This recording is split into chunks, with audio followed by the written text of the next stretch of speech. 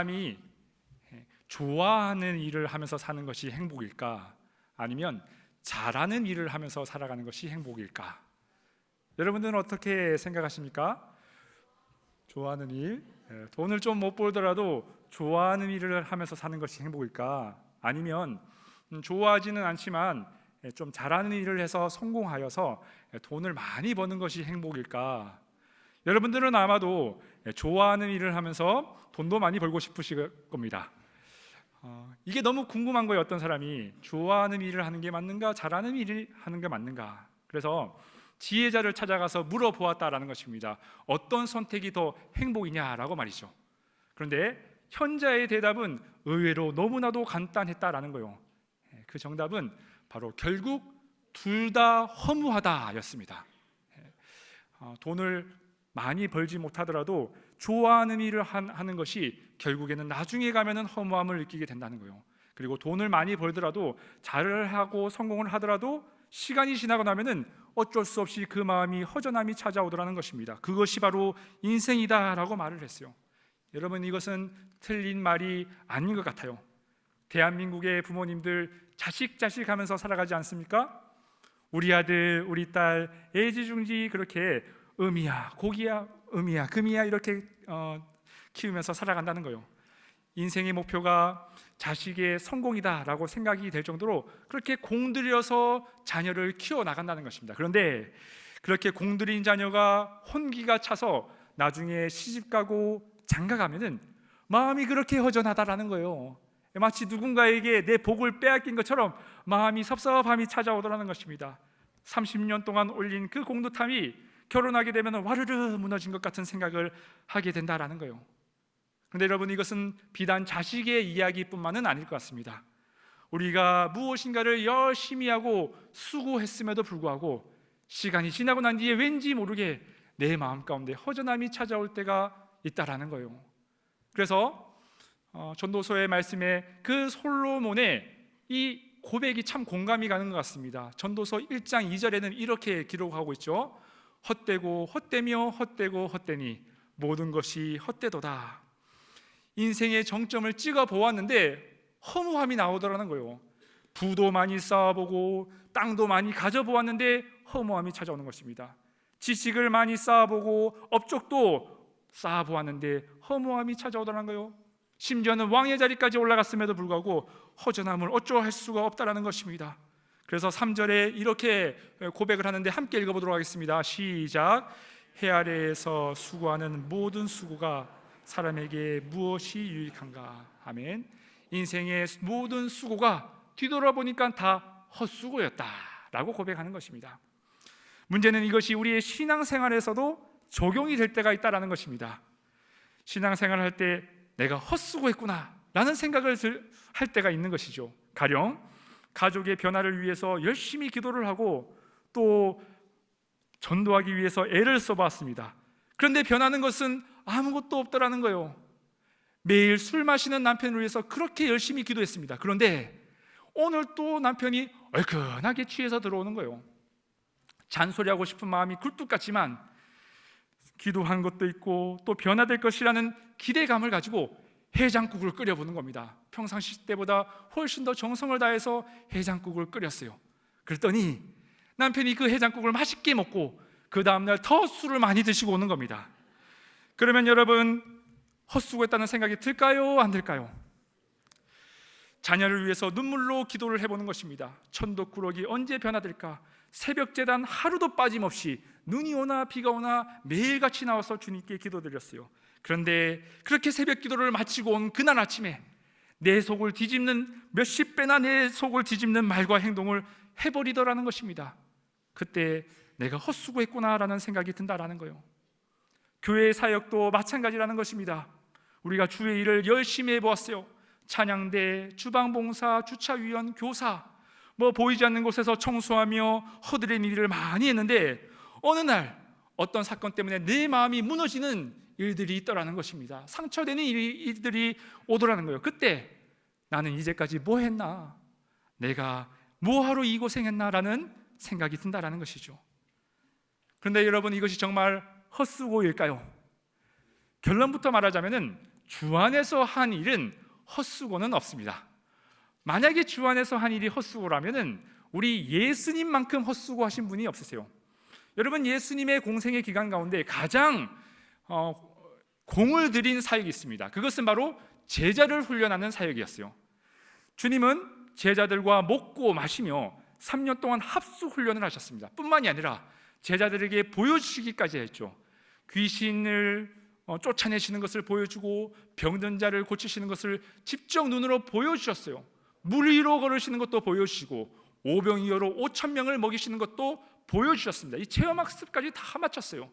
거기에다가 마지막에 우리 주님께서는 제자들의 발을 다 손수 하나씩 하나씩 사랑으로 씻어주셨다는 것입니다.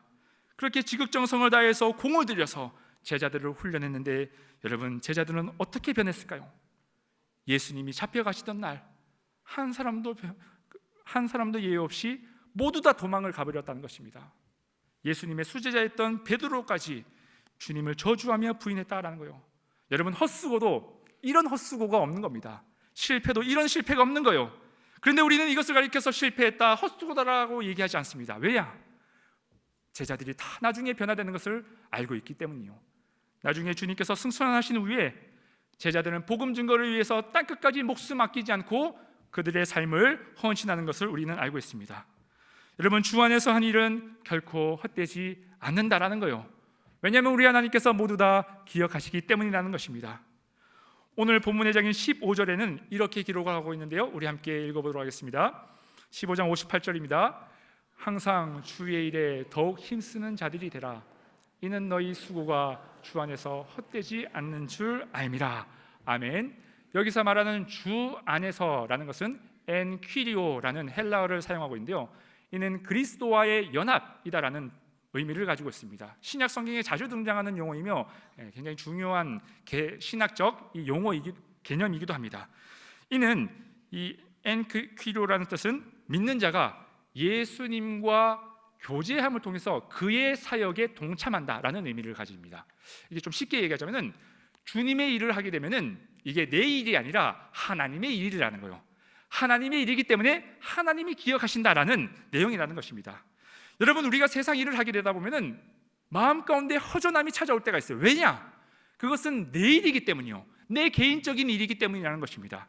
하지만 우리가 주님의 일을 하는 것은 헛수고가 아니에요.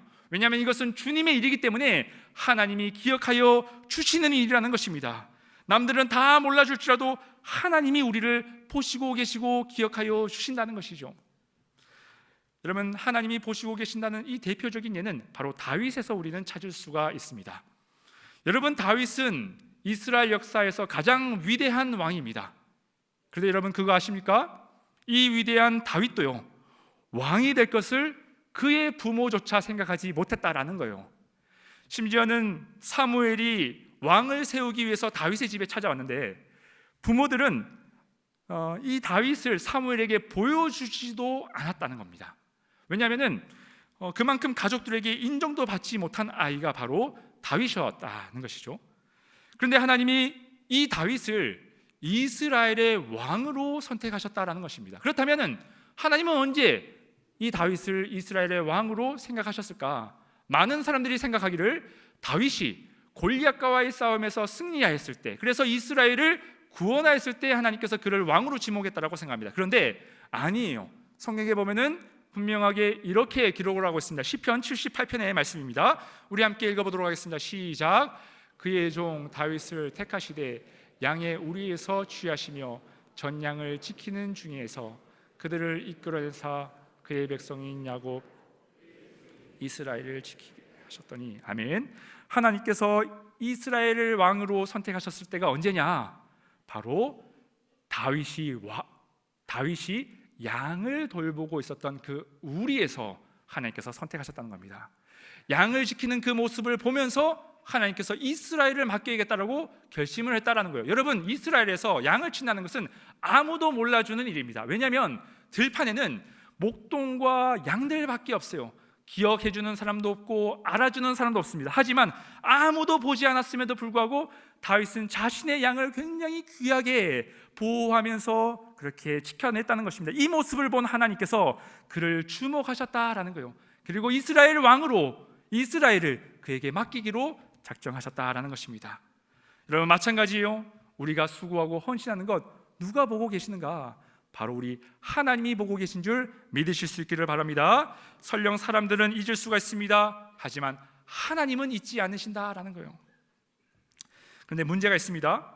머리로는 알겠어요. 하나님이 나의 수고를 아시고 나의 헌신을 기억하시지. 이게 알기는 알겠는데 내 마음 가운데 섭섭함이 찾아올 때가 있다라는 것입니다. 사람들이 알아주지 않고 기억해 주지 않고 그냥 넘어가게 되면 왜 그렇게 내 마음이 힘들고 어려운지 모르겠어요. 사람 마음 지키는 것이 참 어렵다는 것을 느끼게 됩니다. 하지만 여러분, 그럼에도 불구하고 이를 해결할 방법이 있습니다. 그것은 바로 부활의 신앙이 견고해지면 괜찮아진다는 거예요. 이게 무슨 말인지 한번 잘 들어보시기 바랍니다. 너희 수고가 주 안에서 헛되지 않는 줄 알미라 라는 이 성경 구절은 고린도전서 15장에 나오는 말씀인데요, 고린도전서 15장은 부활장입니다. 부활의 중요성을 강조하는 장이죠. 여러분, 사람은요 죽으면 모든 것이 끝이 납니다. 아무리 많은 업적을 쌓고 돈을 많이 벌고 수고를 했을지라도요, 죽으면 모든 것이 다 사라지게 되는 거예요. 하지만 죽음 이후에 부활이 있다라면 말이 달라집니다. 왜냐하면 부활은 새로운 생명의 시작이기 때문이요.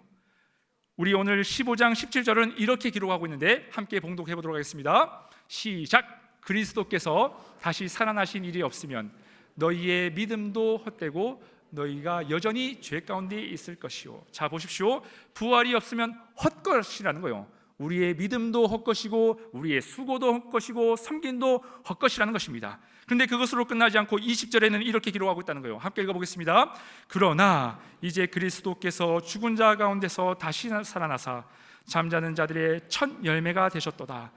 본문은 그러나로 시작하고 있어요. 여러분, 부활이 없다면 우리의 수고는 다 헛수고입니다. 하지만 예수님께서 부활하셨기 때문에, 부활의 첫 열매가 되셨기 때문에 우리의 부활의 보증이 되어 주셨다라는 거예요. 이 말인즉슨 우리도 예수님처럼 부활하기 때문에 우리의 수고와 헌신은 이 땅에서 사라지는 것이 아니라 저 하늘로 그대로 이어지게 되어진다는 것입니다. 우리가 부활하기 때문에 우리의 상급은 이 땅에서 끝나는 것이 아니라 저 천국으로 이어지고 있다는 것을 말씀한다라는 것입니다.